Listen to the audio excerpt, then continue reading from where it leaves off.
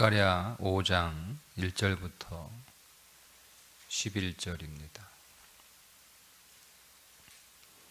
내가 다시 눈을 들어본즉 날아가는 두루마리가 있더라.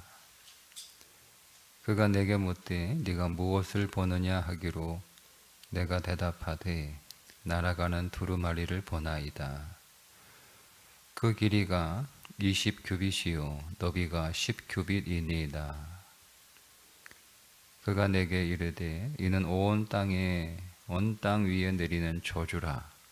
도둑질하는 자는 그 이쪽 글대로 끊어지고 맹세하는 자는 그 저쪽 글대로 끊어지리라 하니 만군의 여호와께서 이르시되 내가 이것을 보냈나니 도둑의 집에도 들어가지 말며 내 이름을 가리켜 명령되이 맹세하는 자의 집에도 들어가서 그의 집에 머무르며 그 집을 나무와 돌과 아울러 사르리라 하셨느니라 하니라.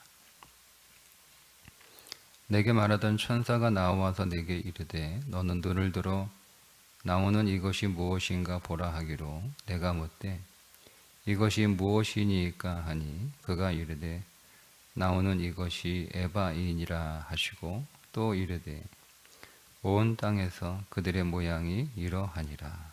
이 에바 가운데에는 한 여인이 앉았느니라 하니 그때에 등근답 한 조각이 들리더라. 그가 이르되 이는 악이라 하고 그 여인을 에바 속으로 던져넣고 납 조각을 에바 아기 위에 던져 덮더라. 내가 또 눈을 들어본즉 두 여인이 나오는데 하계 날개 같은 날개가 있고 그 날개에 바람이 있더라. 그들이 그 에바를 천지 사이에 들었기로 내가 내게 말하는 천사에게 묻되 그들이 에바를 어디로 옮겨가나이까 하니 그가 내게 이르되 그들이 신할 땅으로 가서 그것을 위하여 집을 지으려 함이니라. 준공되면 그것이 제 처소에 머물게 되리라 하더라. 아멘. 날아가는 두루마리 환상과 에바 속 여인의 환상인데 하나님께서 지금껏 주신 앞의 환상들은 하나님께서 성전을 지어주시겠다라고 하는 소망의 환상들이죠. 어떻게 성전을 지을까? 성전을 과연 잘 마무리할 수 있을까? 자신들의 자원이나 능력을 보면 성전을 지을 수 없는 상황이 분명했기 때문에 그래서 16년 동안 성전을 짓지 못했던 것이니까 다시 성전을 지으라고 해서 짓기는 하지만 백성들의 마음 안에는 그것을 완수할 수 없다라고 하는 걱정이 있었어요. 그래서 그 걱정하지 말라라고 하는 그 하나님의 환상이 이제 앞에까지 환상이었는데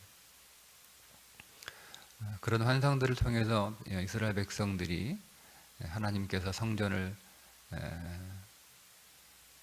건축을 완성할 수 있도록 도와주실 것이다 라고 하는 소망을 갖게 되면서 동시에 또 어떤 부작용이 일어날 수 있냐면 성전을 하나님이 지어주셨잖아요. 그 성전을 다 짓고 나면 그들이 그 성전에 머무르는 부작용, 즉 그 성전에 안주하는 부작용이 생길 수 있습니다. 성전이 그들에게 하나님께서 선물로 주신 성전이 그들의 눈에 보이는 그들의 삶 가운데 있게 되면 오직 그 성전 자체가 있는 것만으로 그들은 무사할 것이다. 그들은 하나님의 복을 저절로 받을 것이다 라고 하는 부작용이 생깁니다. 과거 이스라엘이 그랬죠.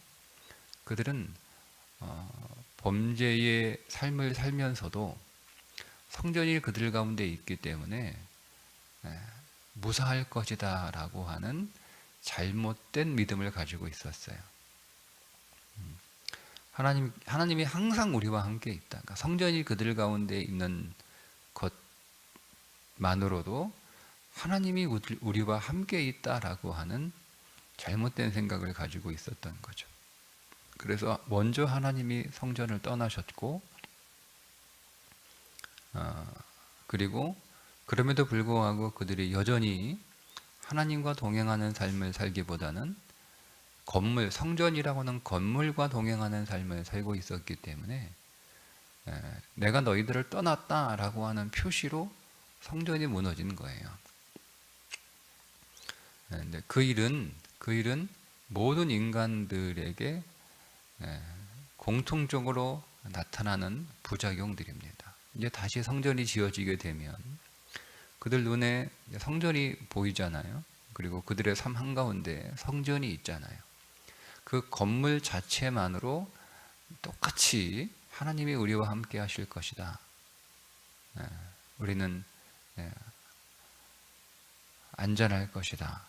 우리가 어떤 믿음의 삶을 살든 그것과 상관없이 성전이 우리 가운데 있어서 하나님이 우리와 함께 하신다라고 하는 잘못된 믿음의 부작용이 생길 수 있어서 주시는 환상이 날아다니는 두루마리 환상과 에바 속 여인 환상입니다. 날아가는 두루마리 크기를 보니까 길이가 20규빗, 너비가 10규빗이니까 그 정도 되는 책은 없죠. 굉장히 큰 책이니까. 근데 거기에 이 두루마리는 이제 오늘 얘기하면 성경이죠. 그때는 두루마리에 하나님의 말씀을 기록을 했으니까 그냥 날아가는 성경이라고 말씀을 드리겠습니다. 날아가는 성경에 글자가 쓰여져 있는데 그 글자가 날아다니는 성경, 움직이는 성경임에도 불구하고 글자가 보일 만큼 큰 거예요. 그러니까 언제 어디서나 어떤 상황에서인지 항상 그 말씀, 하나님의 말씀을 우리 가운데 기억할 수 있을 정도로 색이라는 거예요. 우리가 말씀을 어설프게 들으면 우리가 딱 집중하고 있을 때에는 그 말씀이 생각이 나고 그 말씀이 우리의 기억 속에 있지만 우리의 삶이 분주합니다. 또 우리의 삶이 때로는 혼란스럽죠. 또 삶이 시끄럽기도 합니다. 삶이 분주하고 삶이 혼란스럽고 삶이 시끄러워도 말씀이 우리 가운데서 늘 기억되고 있어야 될 정도로 말씀의 삶을 살라는 거예요. 그러니까 성전을 지었다라고 해서 신앙생활이 다 끝난 게 아니라 성전을 짓는 것이 신앙생활의 시작입니다. 성전을 짓는 것이 신앙생활의 완성으로 여기면 오늘 우리는 또다시 잘못된 신앙의 오류에 빠지게 되는 거죠. 그러니까 우리는 우리의 신앙생활이 어떤 보이는 것을 만들어내면 예를 들면 교회를 짓거나 아니면 어떤 선교 사업을 하거나 그가 눈에 보이는 어떤 결과가 있잖아요. 그 어떤 결과를 잘 마치면 좋은 결과가 생기잖아요. 그러면 우리는 거기에서 우리의 신앙을 다 된 줄 알고 거기서 멈추는 경향이 굉장히 강합니다. 성전을 다 지었어요. 그러니까 그들에게는 이스라엘 백성들에게 있어서 신앙의 과정이 성전을 짓는 것으로 오해될 수 있는 거예요. 그러니까 성전을 다 지으면 이제 우리가 하나님 앞에서 해야 할 경건은 다 끝났다 이렇게 생각하기 쉬운 거죠. 그런데 그거는 시작이라는 거예요. 시작. 진짜 성전은 그들의 삶이에요.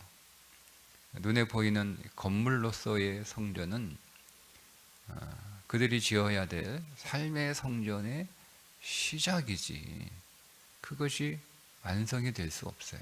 근데 그렇게 생각한다고요. 대부분 다 어떤 사역을 하거나 아니면 뭐 건축을 하거나 뭐 그렇게 하면, 그것들이 잘 되면 그들의 신앙이 그 보이는 것처럼 잘 된 상태라고 오해합니다. 그게 시작입니다. 그러니까 이스라엘 백성들에게서 스룹바벨 성전을 이제 완공하게 되면 그것을 시작으로 해서 그 성전을 통해서 그 성전으로부터 그들은 이제 보이지 않는 성전을 지어야 되는 것인데, 그것이 말씀에 순종하는 삶을 이루는 거예요. 그게 그들의 심령 속에 지어야 될 보이지 않는 성전이죠. 그 보이지 않는 성전을 짓기 위해서 사람들은 항상 눈에 뭔가를 보여야 되니까 보이는 성전을 짓게 하신 것이고,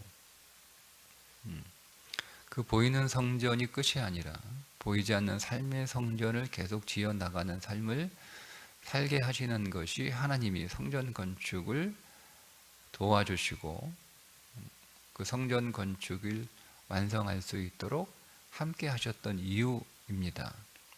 그래서 이제 그 이후부터 어떤 삶을 살아야 되냐면, 날아다니는 두루마리 속에 있는 그 큰 글자가 다 눈에 보이듯, 우리가 어떤 상황이 되어서든 우리의 삶이 분주하고 혼란스럽고 시끄럽다 하더라도 어떤 상황에서도 말씀이 생각나고 그 말씀을 우리 마음 가운데 새겨서 우리의 모든 삶 속에서 그 말씀이 적용되고 그 말씀에 순종하는 삶을 살아가야 된다는 거예요.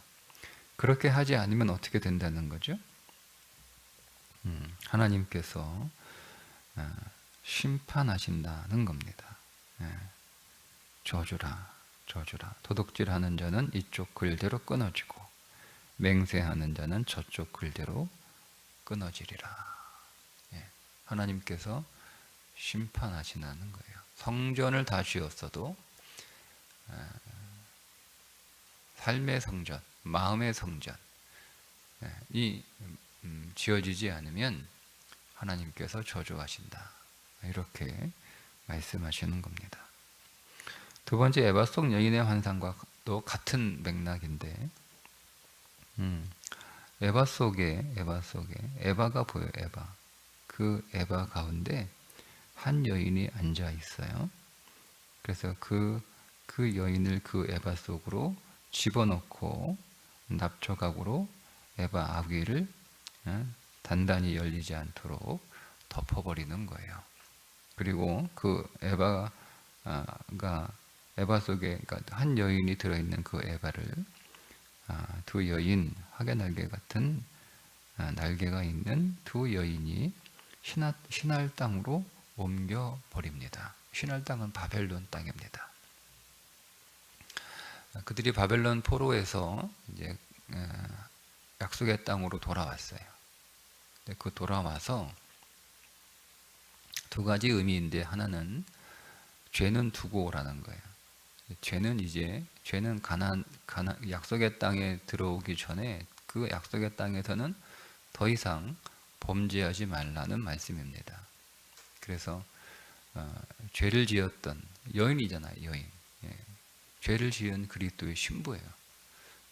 죄 지은 그리스도의 신부는 이제는 약속의 땅에는 살 수 없다는 거예요. 더 이상 죄를 지은 그리스도의 신부는 약속의 땅에 존재하지 않는다. 그건 바벨 땅에, 세상 속에 있는 거지. 약속의 땅, 믿음의 땅에는 죄를 짓는 여인은 없다. 죄를 짓는 그리스도의 신부는 없다는 겁니다. 그러니까 우리는 그리스도의 신부인데, 우리는 믿음의 땅, 약속의 땅에 살 때 죄 짓는 그리스도의 신부로 살 수 없다는 말씀이에요. 두 번째 의미는 이 죄 짓는 이 여인을 에바 속에 넣고 그거를 신할 땅으로 보내버리잖아요. 그죠? 그러니까 믿음의 땅, 약속의 땅에 와서 산다 할지라도 계속 범죄하면 그 약속의 땅, 바벨론 땅이 뭐와 똑같다는 얘기죠? 바벨론 땅하고 똑같다는 얘기예요. 바벨론에서 살다가 드디어 약속의 땅으로 왔어요. 분명히 그 땅은 약속의 땅, 팔레스타인, 가나안입니다. 바벨론이 아니죠. 그럼에도 불구하고 그들이 그 땅에서 범죄하면 그들이 살고 있는 그곳은 바벨론이 된다는 거예요. 그러니까 오늘 우리의 환경이 중요한 게 아니죠. 그들이 반대로 바벨론 땅에서 하나님을 신실하게 믿고 하나님의 말씀에 순종하고 하나님과 동행하는 삶을 살면 바벨론 땅이 약속의 땅이 되는 거예요. 또 반대로 그들이 약속의 땅에서 하나님과 동행하지 않고 하나님 말씀에 불순종하고 하나님을 배역하고 하나님을 배반하고 하나님을 대적하는 삶을 살면 그 약속의 땅이라 하더라도 그 약속의 땅에 성전이 지어졌다 할지라도 그곳은 바벨론이라는 겁니다. 그러니까 우리의 환경이 중요한 게 아니죠. 우리가 어떤 환경에 처해 있느냐 하는 것은 사실은 중요하지 않아요. 정말 중요한 건 내가 어느 곳에 있든지 하나님의 말씀에 순종하는 삶을 살고 있느냐 하는 것이 중요한 거예요. 성전이 지어졌다고 해서 그곳에 늘 하나님의 임재가 있는 것이 아니라 성전이 있는 땅이라 할지라도 그 땅에서 하나님의 말씀에 순종하지 않으면 그 땅은 바벨론 땅이라는 거죠. 그러니까 우리가 어디에 있든 하나님의 말씀에 순종하는 삶을 살게 되면 그곳에 하나님의 임재가 있고 하나님의 임재가 있는 그곳은 하나님의 성전이 되는 거예요. 그것이 우리의 가정이든 우리의 학교이든 우리의 일터이든 우리가 있는 그 모든 곳에 하나님의 말씀에 순종하는 삶을 살게 되면 거기에 하나님의 임재가 있고 그곳이 하나님의 성전이다. 여러분, 우리가 교회 안에 들어와서 예배하고 찬송하고 기도하고 성도들과 믿음의 말들을 한다고 할지라도 우리가 우리의 죄를 여전히 가지고 여기에 들어와 그 죄를 처리하지 않은 채 여전히 그 죄를 가지고 우리가 교회에 들어와서 아무리 예배하고 기도하고 찬송하고 또 성경을 배우고 성경을 읽고 또 성도들하고 믿음에 관한 이야기를 한다 할지라도 우리의 죄가 여전히 있으면 그것은 하나님의 임재가 있는 곳이 될 수 없다는 거예요. 그것은 바벨론이라는 거죠. 교회를 할지라도. 그런데 우리는 눈에 보이는 것 그리고 물리적인 환경이 너무 중요하기 때문에 우리는 늘 세상에 있으면 그곳이 교회라고 생각하지 않습니다. 그러니까 우리는 또 교회 안에 있으면 내가 어떤 삶을 살았든 내가 어떻게 하든 우리가 교회에 있다라고 생각을 합니다. 그렇지 않다는 거죠. 그렇게 안심하지 말라는 거예요. 우리가 어느 곳에 있다라고 하는 물리적인 환경이, 물리적인 장소가 중요한 것이 아니라 하나님의 말씀에 순종하는 삶이 중요한 것이고, 왜냐하면 하나님의 말씀에 순종해야 하나님과 동행할 수 있기 때문에 그렇습니다. 두 사람이 뜻이 맞지 않고 어떻게 동행할 수 있느냐라고 말씀을 하셨잖아요. 그 말씀은 내가 하나님과 뜻이 맞지 않는데, 즉 하나님이 나한테 맞출 수는 없잖아요. 하나님이 기준인데 하나님이 왜 나에게 맞춥니까? 하나님이 기준이잖아요. 캐논이라고 하는 단어를 우리가 성경이라고도 부르지만 캐논이 기준이라는 뜻이에요. 기준. 길이를 재는 자를 캐논이라고 부르잖아요. 그러니까 하나님이 기준이에요. 하나님의 말씀이 기준이에요. 그러니까 우리가 하나님과 동행하려면 내가 하나님께 맞춰야죠. 내가 하나님의 말씀에 순종해야죠. 중간에서 만나는 게 아니에요. 하나님도 양보하고 중간에, 나도 양보하고 중간에. 그러니까 우리는 그렇게 하잖아요. 우리는 누군가 어떤 곳을 갈 때, 뭐 여행을 할 때, 뭐 어떤 밥을 같이 먹을 때, 자기가 먹고 싶은 것만 이렇게, 자기가 가고 싶은 곳만 이렇게 하게 되면 함께 갈 수 없으니까 조금씩 양보하는 거예요. 그래서 중간에서 만나요. 근데 하나님과의 동행은 그게 있을 수가 없어요. 예. 하나님과 나 사이에 중간은 없어요. 하나님도 양보해서 중간에, 나도 양보해서 중간에. 그러니까 서로 조금씩 양보해서 적당히 타협하는 그런 중간은 없어요. 우리가 신앙생활을 그렇게 하는 경향이 있거든요. 그건 동행할 수 없어요. 하나님과. 우리는 무조건 하나님께 맞춰야 됩니다. 무조건. 그러니까 하나님의 말씀에 우리는 무조건 순종해야 되는 거예요. 거기에 어떤 양보나 타협은 없어요. 하나님 말씀에 무조건 순종해야 우리가 하나님과 동행할 수 있고, 하나님이 우리와 함께하고, 하나님이 함께 하실 때 그곳이 바로 성전이 되는 거예요. 그곳이 하나님의 임재가 있는 교회가 되는 거죠.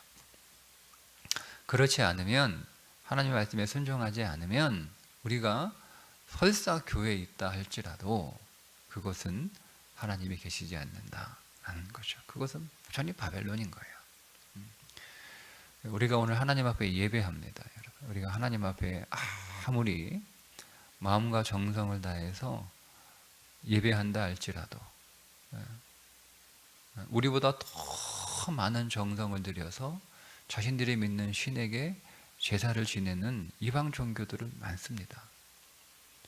그런 것처럼 우리가 그렇게 아무리 정성을 다해서, 아무리 마음을 다해서 우리가 오늘 예배한다 할지라도 우리의 삶에 하나님의 말씀에 순종하는 삶이 없으면 아무 소용없는 거예요. 그러니까 아무리 천사의 말을 할지라도 사랑이 없으면 울리는 꽹과리와 같다라는 말씀이 그 말씀이에요. 사랑은 순종이죠. 사랑하면 순종하는 거예요. 사랑하면 순종하는 거예요. 사랑하면 맞춰주는 거잖아요. 우리가 인간관계에서 내가 저 사람을 사랑해. 사랑하면 내가 그 사람에게 맞춰주잖아요. 그게 사랑이지 않습니까? 내가 너 사랑하는데 네가 나한테 맞춰. 뭐 이렇게 하지는 않잖아요. 우리는 사랑하면 맞춰주는 거예요.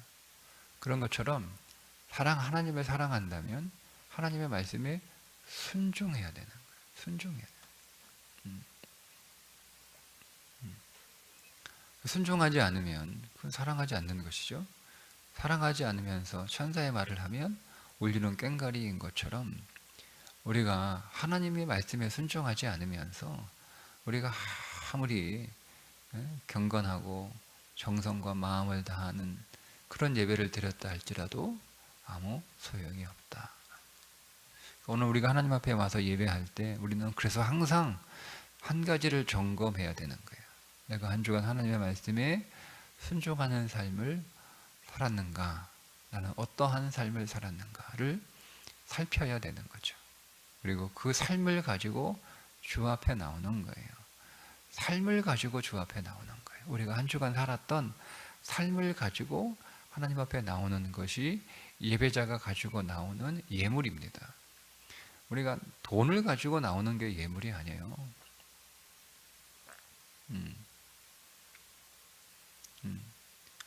우리가 무슨 뭐 사역을 한다, 교사로, 뭐 찬양대로, 또 뭐 식당, 뭐 그 봉사로 그런 또 사역을 가지고 나오는 게 아니에요. 우리가 가지고 나오는 진정한 예물은 그 모든 돈이나 사역들은 상징이에요, 상징. 그리고 고백이에요, 고백.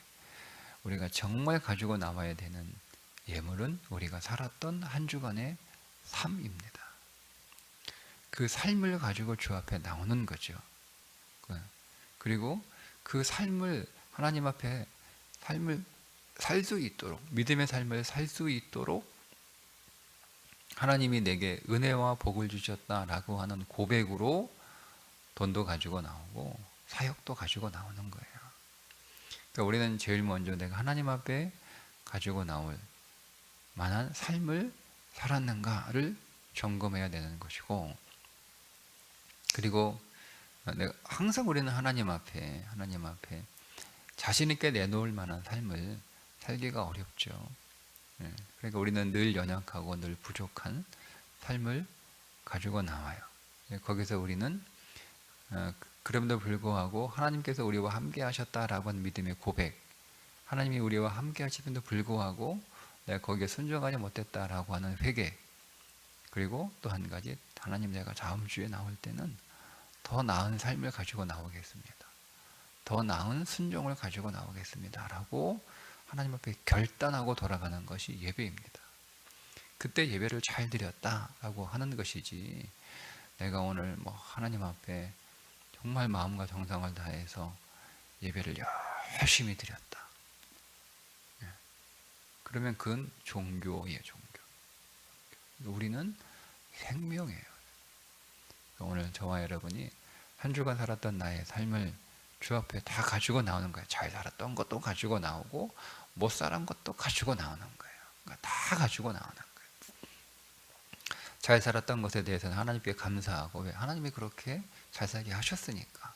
못 사는 삶은 또 가지고 나와서, 못 사는 삶은 하나님이 나에게 잘 살라고 주신 하나님의 은혜와 복들을 내가 거절하고 내가 내 힘으로 살겠다라고 해서 만들어낸 잘못된 결과들이니까 하나님이 또 가지고 나오는 거예요. 다 가지고 나오는 거예요.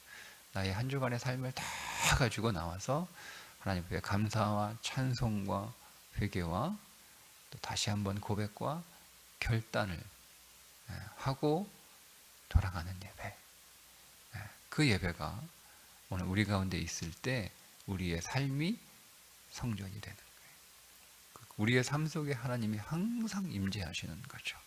그것이 거룩한 땅이 되는 것입니다. 오늘 우리가 드리는 예배가 하나님의 임재를 더 온전하게 경험하고 누리는 예배가 될 수 있기를 주님의 이름으로 축복합니다. 기도합니다. 하나님, 오늘도 우리를 예배케 하시니 감사합니다. 우리의 삶을 가지고 주 앞으로 나옵니다. 오늘 우리의 모든 삶을 가지고 나와 주의 이름 앞에 감사하며 찬송하며 또 회개하며 돌이키며 주의 은혜를 구하여 더 나은 삶을 가지고 나오기를 결단하는 예배 되게 하여 주옵소서. 예수님의 이름으로 기도드리옵나이다. 아멘.